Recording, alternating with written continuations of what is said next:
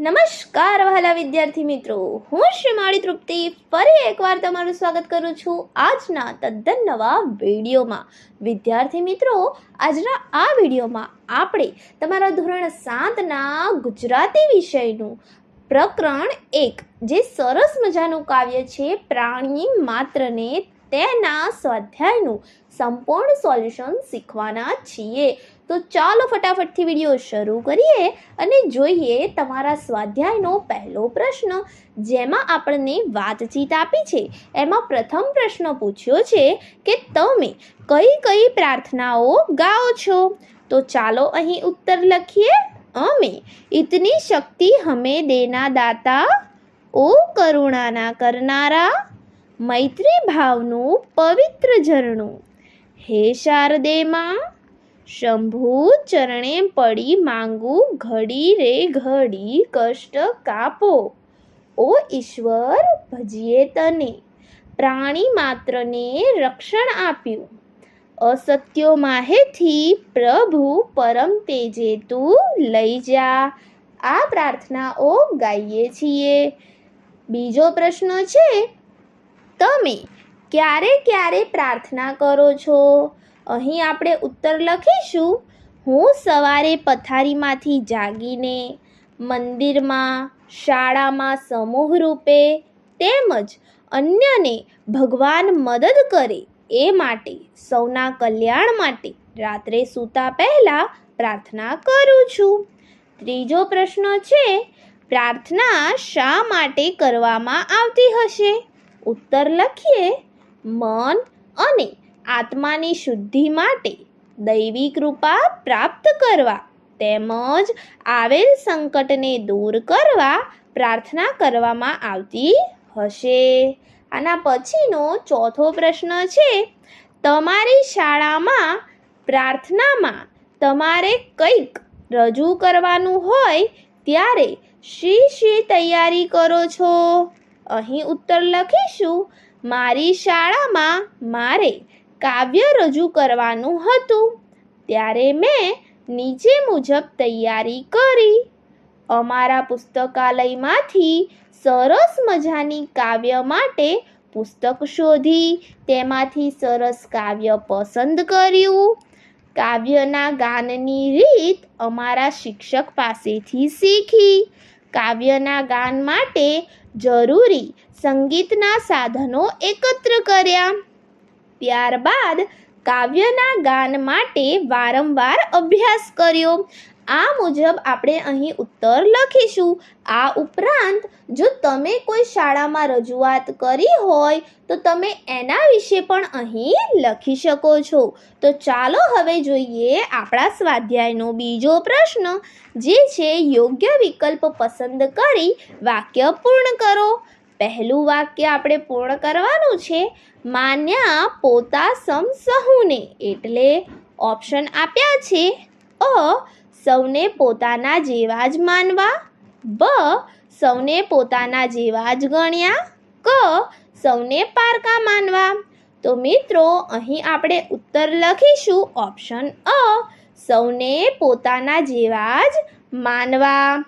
પછીનો આપણું બીજું વાક્ય છે, સદા અમારા અંતરમાં, એટલે તો ચાલો અહીં ઓપ્શન આપ્યા છે. અ, અન્ય સાથે અંતર રાખવું, બ, હંમેશા અમારા હૃદયમાં રહો, ક, સદા અંતર રાખીને રહો. અહીં ઉત્તર આવશે ઓપ્શન બ, હંમેશા અમારા હૃદયમાં રહો. અંતરમાં એટલે કે હૃદયમાં. ચાલો આના પછીનો ત્રીજો વાક્ય છે, ક્ષમા સિંધુને વંદન હો, એટલે ઓપ્શન આપ્યા છે. અ, દરિયાદેવને નમસ્કાર હો, બ, દરિયાદેવને ક્ષમા આપવા બદલ પ્રણામ, ક, ક્ષમાના સાગરને નમન હો. અહીં ઉત્તર આવશે ઓપ્શન ક, ક્ષમાના સાગરને નમન હો. ચાલો વિદ્યાર્થી મિત્રો, હવે આપણે જોઈએ આપણા સ્વાધ્યાયનો પ્રશ્ન 3, જે છે નીચે આપેલા વાક્યોનો ભાવ દર્શાવતી કાવ્ય પંક્તિ કાવ્યમાંથી શોધીને લખો. પહેલું વાક્ય છે, બધા કાર્યો કર્યા છતાં કોઈ કાર્યમાં લેપાયા નહીં. તો આની કાવ્ય પંક્તિ આપણે કાવ્યમાંથી શોધીને લખીએ તો એ છે, સઘળા કાર્યો કર્યા છતાંય રહ્યા હંમેશા નિર્લેપી. બીજું વાક્ય છે, એક પત્ની વ્રતના પાલનની પ્રતિજ્ઞા લીધી અને એ જીવનભર પૂર્ણ રીતે પાળી. આની કાવ્ય પંક્તિ લખીએ, એક પત્ની વ્રત પૂરણ પાળ્યું ટેક વણી છે જીવતરમાં. ત્રીજું વાક્ય છે, સંન્યાસીના ધર્મને ઉજાડનાર તપસ્વી બુદ્ધને નમસ્કાર હજો. ચાલો આની કાવ્ય પંક્તિ લખીએ, સંન્યાસીનો ધર્મ ઉજાડ્યો વંદન કરીએ બુદ્ધ તને. પછીનું ચોથું વાક્ય છે, બધા જ ધર્મોના મહામાનવોની યાદ જગતની શાંતિમાં ઉપયોગી બને છે. અહીં કાવ્ય પંક્તિ લખીશું, સર્વ ધર્મ સંસ્થાપક સ્મરણો વિશ્વ શાંતિમાં ખપલાગો. તો અહીં આપણો પ્રશ્ન 3 પૂર્ણ થાય છે. હવે આપણે જોઈએ આપણા સ્વાધ્યાયનો પ્રશ્ન 4, જે છે કૌંસમાં આપેલા શબ્દોનો ઉપયોગ કરીને ખાલી જગ્યા પૂરો. કૌંસમાં શબ્દો આપ્યા છે, યોગી, પરમ, સઘળા, પૂર્ણ અને મધ્યમ. તો અહીં આપણને પહેલી ખાલી જગ્યા આપી છે, મહાવીર સ્વામીએ ખાલી જગ્યા અહિંસાનું આચરણ કર્યું. અહીં ઉત્તર આવશે પૂર્ણ. મહાવીર સ્વામીએ પૂર્ણ અહિંસાનું આચરણ કર્યું. બીજી ખાલી જગ્યા છે, ગૌતમ બુદ્ધે ખાલી જગ્યા માર્ગનો બોધ આપ્યો. અહીં ઉત્તર આવશે મધ્યમ. ગૌતમ બુદ્ધે મધ્યમ માર્ગનો બોધ આપ્યો. ત્રીજી ખાલી જગ્યા છે, શ્રી કૃષ્ણ સંસારમાં રહીને પણ અલિપ્ત રહ્યા. અહીં ઉત્તર આવશે યોગી. યોગી શ્રી કૃષ્ણ સંસારમાં રહીને પણ અલિપ્ત રહ્યા. ચોથી ખાલી જગ્યા, હજરત મોહમ્મદ પૈગંબર રહમનેકીના ખાલી જગ્યા પ્રચારક હતા. તો અહીં ઉત્તર લખીશું પરમ. હજરત મોહમ્મદ પૈગંબર રહમનેકીના પરમ પ્રચારક હતા. પાંચમી ખાલી જગ્યા કામો કર્યા છતાંય રહ્યા હંમેશા નિર્લેપી. તો અહીં ઉત્તર આવશે સઘળા. સઘળા કામો કર્યા છતાંય રહ્યા હંમેશા નિર્લેપી. ચાલો મિત્રો, હવે જોઈએ આપણા સ્વાધ્યાયનો પ્રશ્ન 5, જે છે શબ્દ અને તેના અર્થ વાંચો. અર્થના આધારે વિકલ્પમાં આપેલા વાક્યોમાંથી જે વાક્ય કાવ્યના આધારે સાચું હોય તેની આગળ ખરું કરો. તો અહીં પહેલું આપણને વાક્ય અર્થ આપ્યો છે, એક શબ્દ આપ્યો છે અને તેનો અર્થ આપ્યો છે. અંતર, તો એના 2 અર્થ થાય, અંતઃકરણ અને મન. તો એના આધારે કયું વાક્ય સાચું હશે? તો પહેલું વાક્ય છે, નરસિંહના અંતરમાં હંમેશા શ્રી કૃષ્ણ રહેતા. અને બીજું છે, તળાજાથી નરસિંહ લાંબુ અંતર કાપીને જૂનાગઢ આવેલા. તો વિદ્યાર્થી મિત્રો, અહીં જે પ્રથમ વાક્ય છે કે નરસિંહના અંતરમાં હંમેશા શ્રી કૃષ્ણ રહેતા, એ વાક્ય સાચું થશે. કારણ કે અહીં અંતરનો અર્થ આપણે શું લેવાનો છે? અંતઃકરણ અથવા મન. તો પહેલું વાક્ય કહેવા માંગે છે કે નરસિંહના અંતરમાં, એના મનમાં હંમેશા શ્રી કૃષ્ણ રહેતા. માટે સાચો જવાબ એ પહેલું વાક્ય છે. એની આગળ આપણે ખરું કરીશું.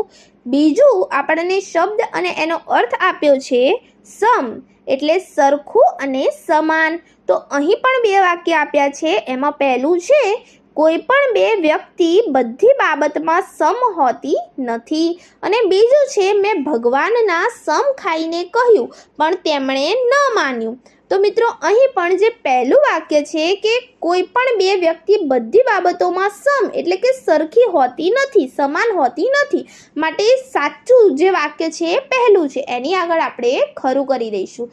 તો હવે મિત્રો જોઈએ આપણા સ્વાધ્યાયનો પ્રશ્ન 6, જે છે કાવ્યમાં વપરાયેલા નીચેના શબ્દો વાંચો.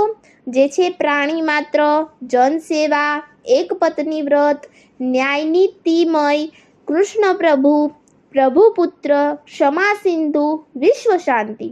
તો આ બધા જ શબ્દોની એક વિશેષતા તમે નોંધી. આ બધા જ શબ્દો બે કે તેથી વધુ શબ્દો મળીને બન્યા છે. જેમ કે પ્રાણી અને માત્ર એ બે શબ્દો મળીને એક શબ્દ પ્રાણી માત્ર બન્યો છે, જેનો અર્થ થાય બધા પ્રાણીઓ. એવું જ જનસેવા શબ્દનું પણ છે. એમાં જન અને સેવા શબ્દ ભેગા થયા છે, જેનો અર્થ થાય જનસેવા એટલે કે લોકોની સેવા. બીજા શબ્દો વિશે પણ આ રીતે વિચાર કરો. આ પ્રકારના અનેક શબ્દો ભાષામાં વપરાતા હોય છે. આ શબ્દોનો અર્થ પણ થોડો બદલાય છે. આવા શબ્દો અંગે વિચારો અને આ કાવ્યમાં ઉપયોગ ન થયો હોય તેવા 3 શબ્દો લખો. તો ચાલો અહીં આપણે હવે એવા 3 શબ્દો લખીએ કે જેમનો આ કાવ્યમાં પ્રયોગ થયો નથી. તો પહેલો શબ્દ છે દેશ ભક્તિ, બીજો યુદ્ધ વિરામ, ત્રીજો આરતી ટાણું. તો ચાલો વિદ્યાર્થી મિત્રો, હવે આપણે જોઈએ આપણા સ્વાધ્યાયનો 7મો પ્રશ્ન, જે છે કૌંસમાંથી યોગ્ય શબ્દ પસંદ કરી ફકરો પૂર્ણ કરો. અહીં શબ્દો આપ્યા છે ઘણી, બસો, મોટા, કૃષ્ણનું, નાનકડી, રળિયામણું, મધુર, સર્વધર્મ, આખા, ખૂબ, કેસરી, લીલાછમ, નાના, રંગબેરંગી અને પિત્તળનો. તો ચાલો ફટાફટથી આખો ફકરો જોઈએ અને સાથે સાથે એના જવાબ પણ જોતા જઈએ. તો પહેલી ખાલી જગ્યામાં આવશે નાનકડી, કારણ કે વાક્ય છે નાનકડી ટેકરીની પાછળ. પછી શું હતું? ગામ. તો ગામ કેવું હતું? રળિયામણું. નાની ટેકરીની પાછળ રળિયામણું ગામ હતું. ગામમાં આશરે 200 ઘરો હતા. અહીં 200 આપણે લખી શકીએ. તો ગામમાં આશરે 200 ઘરો હતા. કોઈના ઘર નાના તો વળી કોઈના ઘર મોટા. ગામને પાદરે કોનું મંદિર હોય? કૃષ્ણનું જ હોય, તો ખાલી જગ્યામાં કૃષ્ણનું લખવાનું.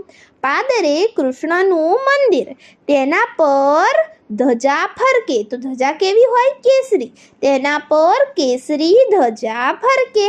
એના આંગણામાં ખાલી જગ્યા ઝાડવા. તો કેવા ઝાડવા? લીલાછમ.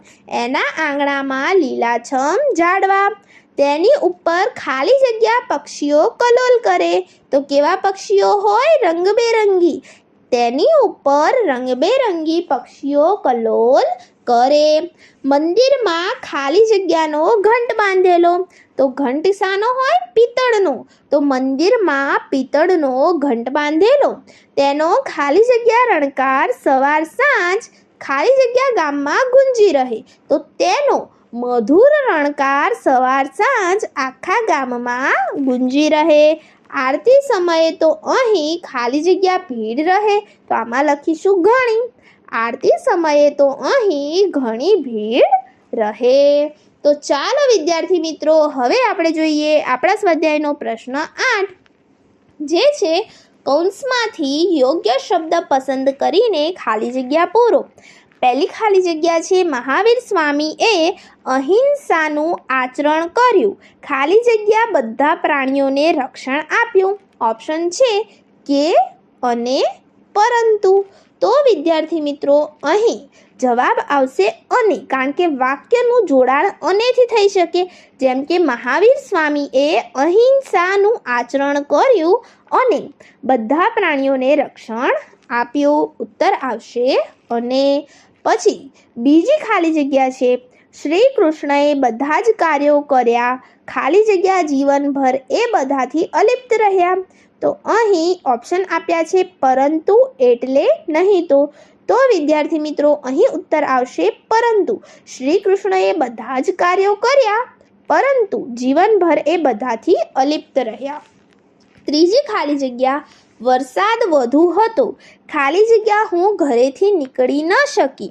ઓપ્શન આપ્યા છે કે, છતાં, તેથી.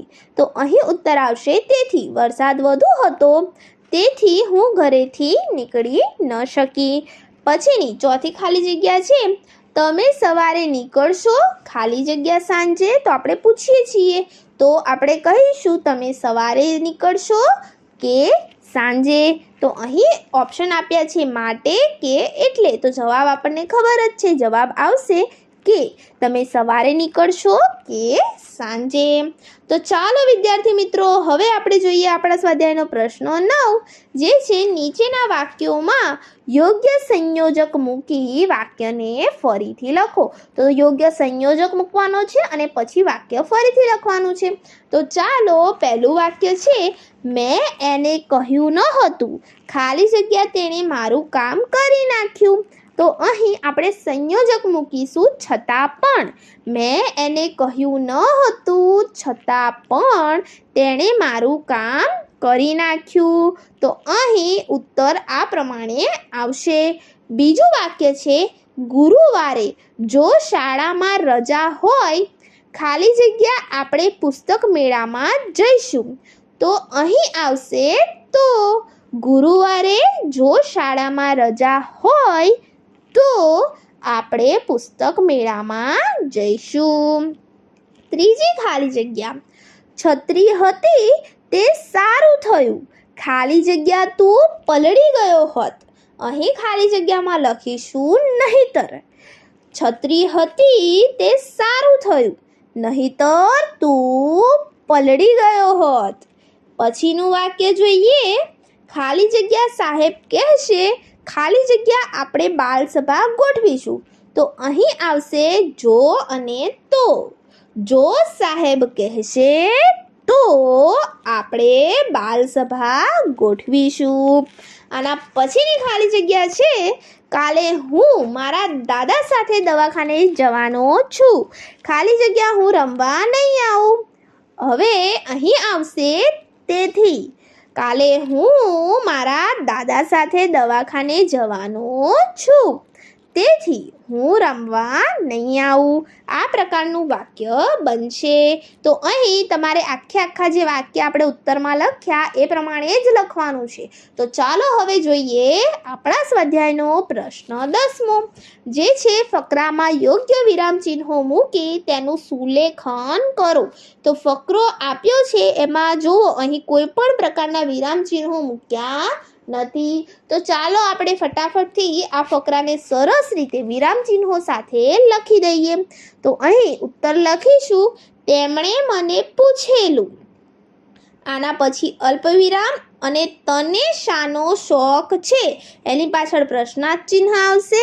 આ પ્રકારે આપણે બધા જ ચિહ્નો જે પ્રકારે આમાં મૂક્યા છે એ પ્રકારે આપણે મૂકી દેવાના છે. મેં તરત જવાબ આપેલો કે મને ગીત ગાવાનો શોખ છે. પૂર્ણ વિરામ, પ્રશ્નાર્થ ચિહ્ન, બધા જ ચિહ્નો આપણે આ પ્રમાણે મૂકી દેવાના છે. આ સાંભળીને તેઓ બોલી ઉઠ્યા, વાહ. અહીં વાહ પછી ઉદ્ગાર ચિહ્ન મૂકીશું. ત્યારે તો આપણે બેઉ સરખા. પછી તો તેમણે મને અમર ગીતો પુસ્તક ભેટમાં આપ્યું. આ પ્રકારે આપણે તમારે બધા જ ચિહ્નો ફકરામાં મૂકી દેવાના છે. તો ચાલો હવે જોઈએ આપણા સ્વાધ્યાયનો પ્રશ્ન 11, ચર્ચા કરો, લખો, રજૂ કરો. ચાલો અહીં ગમે તે 2 જ પ્રશ્નોના જવાબ તમારે લખવાના છે, પણ આપણે બધા પ્રશ્નોના જવાબ જોઈ લઈશું. પહેલો પ્રશ્ન છે, અહિંસાનો ભાવ રાખવો જ જોઈએ. તો આના વિશે આપણે ચર્ચા કરવાની છે. તો ચાલો ઉત્તર લખીએ. અહિંસા એટલે હિંસાનો અભાવ, વિરોધ, હિંસા ન કરવી. કોઈ પણ પ્રાણીને તન, મન, કર્મ, વચન અને વાણી દ્વારા કોઈ નુકસાન ન પહોંચાડવું. કોઈકનું અહિત ન વિચારવું. કટુવાણી દ્વારા નુકસાન ન પહોંચાડવું. આ પ્રકારનો ભાવ રાખવો તે સર્વ કલ્યાણનો માર્ગ છે. પછીનું બીજું છે પ્રાણીઓ બોલતા હોત તો. બીજો પ્રશ્ન, બીજી ચર્ચા શાના વિશે કરવાની છે? પ્રાણીઓ બોલતા હોત તો. તમે આના વિશે તમારી રીતે પણ લખી શકો છો, પણ હું અહીં મારી રીતે લખું છું. ઉત્તર આવશે પ્રાણીઓ બોલી શકતા હોય તો આપણને એની તકલીફની જાણ કરત અને આપણે આપણા માનવીય ભાવ પ્રમાણે એને મદદ કરત અને પરસ્પર સહાનુભૂતિ પ્રગટ કરી શકત.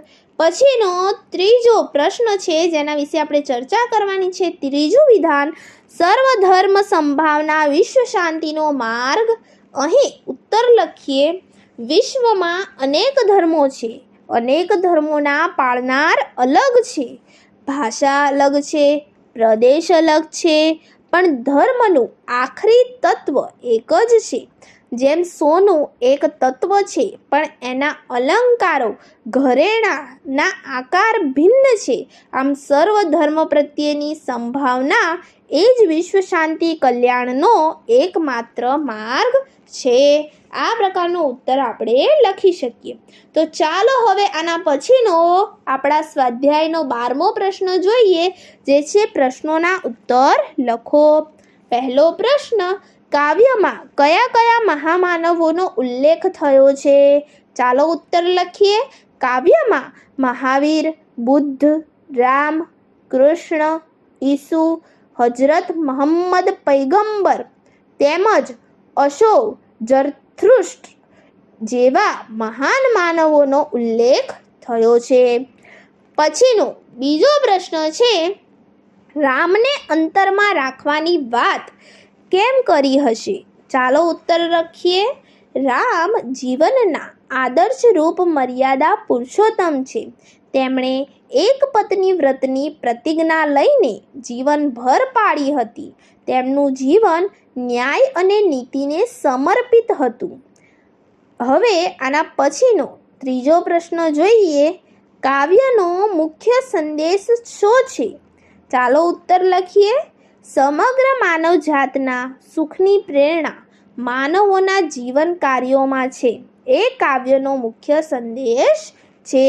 એમનું જીવન એ જ સંદેશ છે. ચાલો પછીનો ચોથો પ્રશ્ન જોઈએ.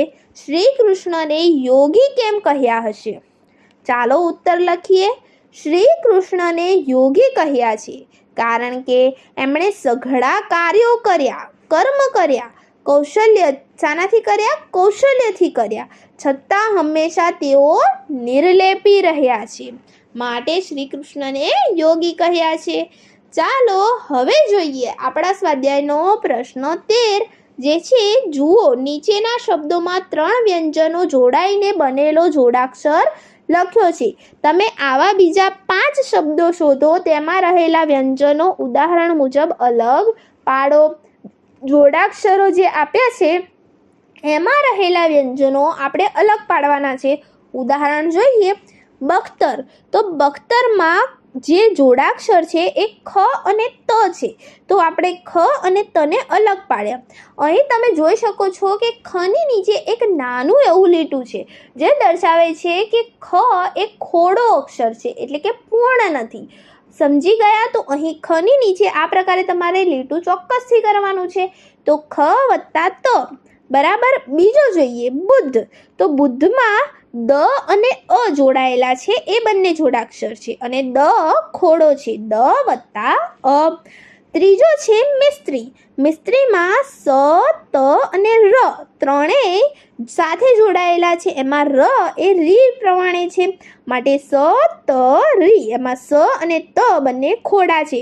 જે ત્ર છે ને, ત્ર એ 2 જોડાક્ષરોનો બનેલો છે, ત અને ર, માટે આપણે અહીં ત અને ર ચોક્કસથી લખવાનું છે. ચાલો હવે આવા આપણે 5 ઉદાહરણ લખીશું. ચાલો લખીએ. પહેલું વસ્ત્ર.